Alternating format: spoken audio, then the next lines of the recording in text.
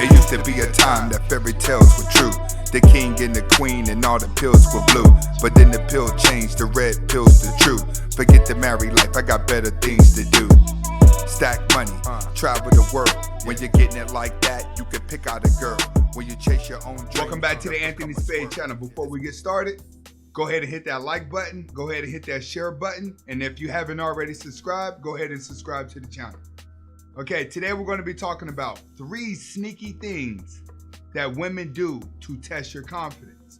And the reason why I'm making this video is because not a lot of guys are MGTOW. Not a lot of guys are going celibate, but a lot of guys are red pill and they're aiming and they're still dating.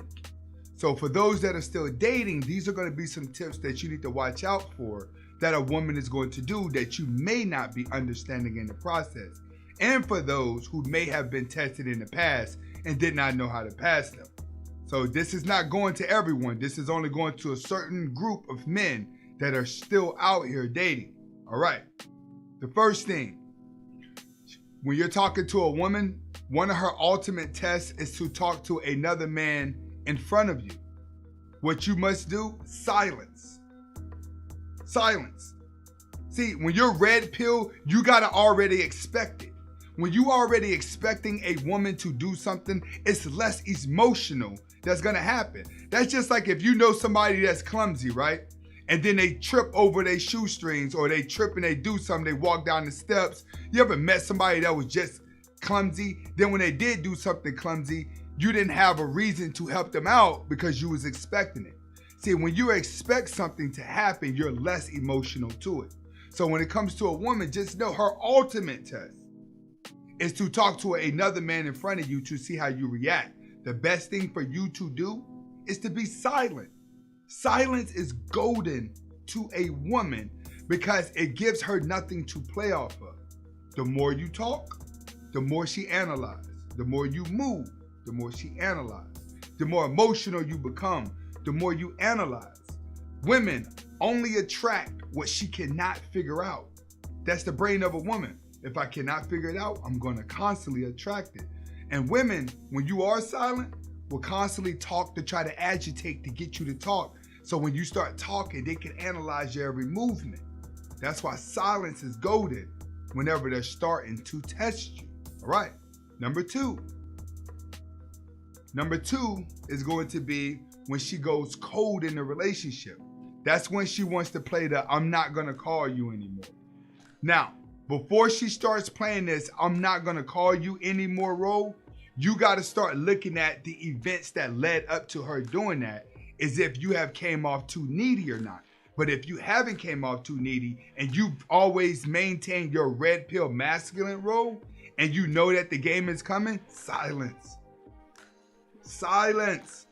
Silence is going to always get a woman. Remember, everything that she does is to get a reaction. When she gets the reaction, she absorbs the reaction. She starts analyzing. Then she figures out how to conquer the reaction. That's all a woman's doing.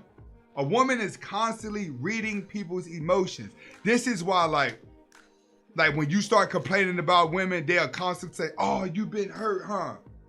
Oh, you've been through this, huh? Oh, he's miserable, huh? Oh, he's that, huh? They're constantly analyzing, not knowing that, hey, that may not be the story, but based off of every guy that she has analyzed and the reaction that you gave her, that's the answer she came up with, because every guy that reacted like that, that was the answer that she analyzed to him.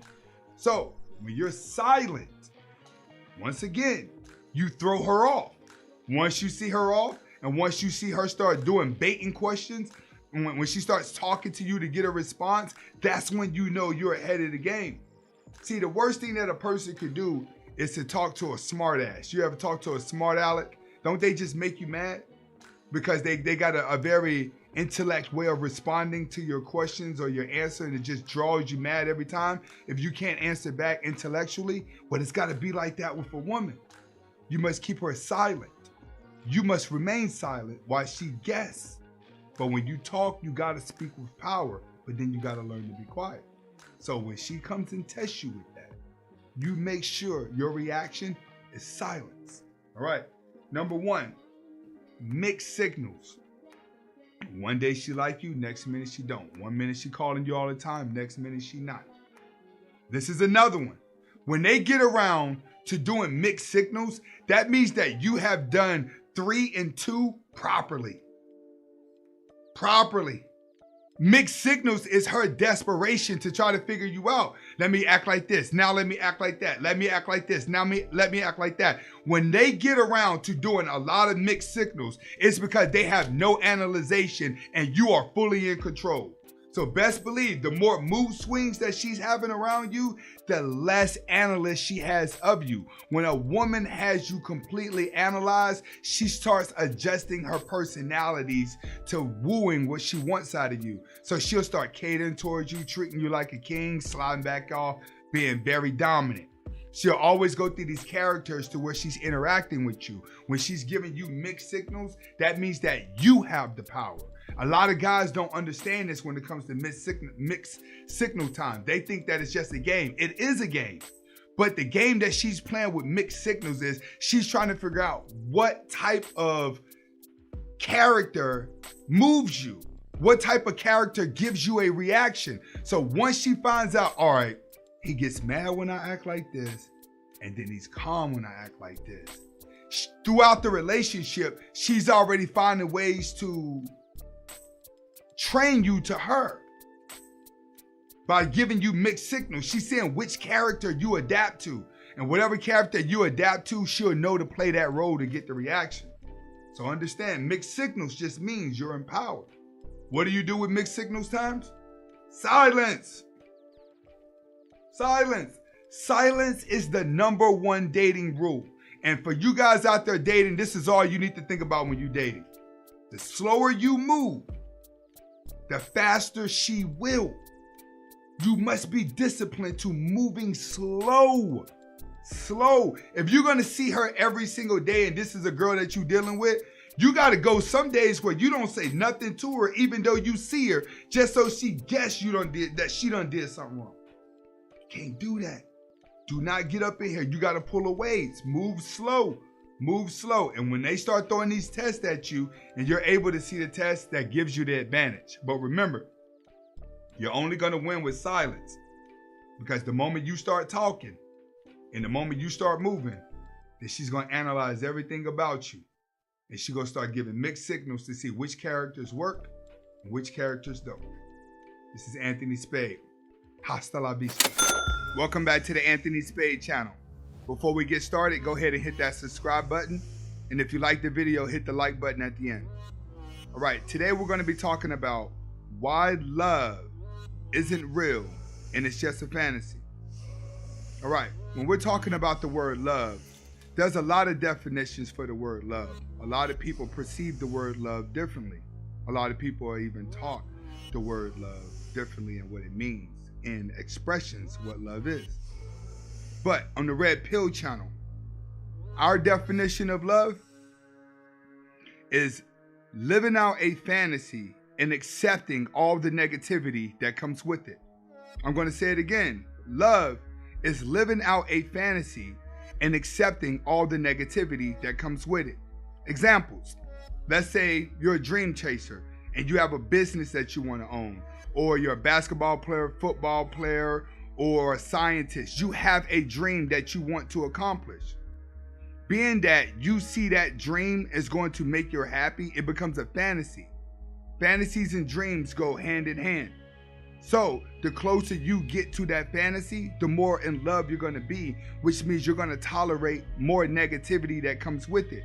And anyone that owns a business and has a vision of being a business owner or has been successful with a business understands that every day it's not going to be perfect, that you still got to push through even when times are bad and times are hard.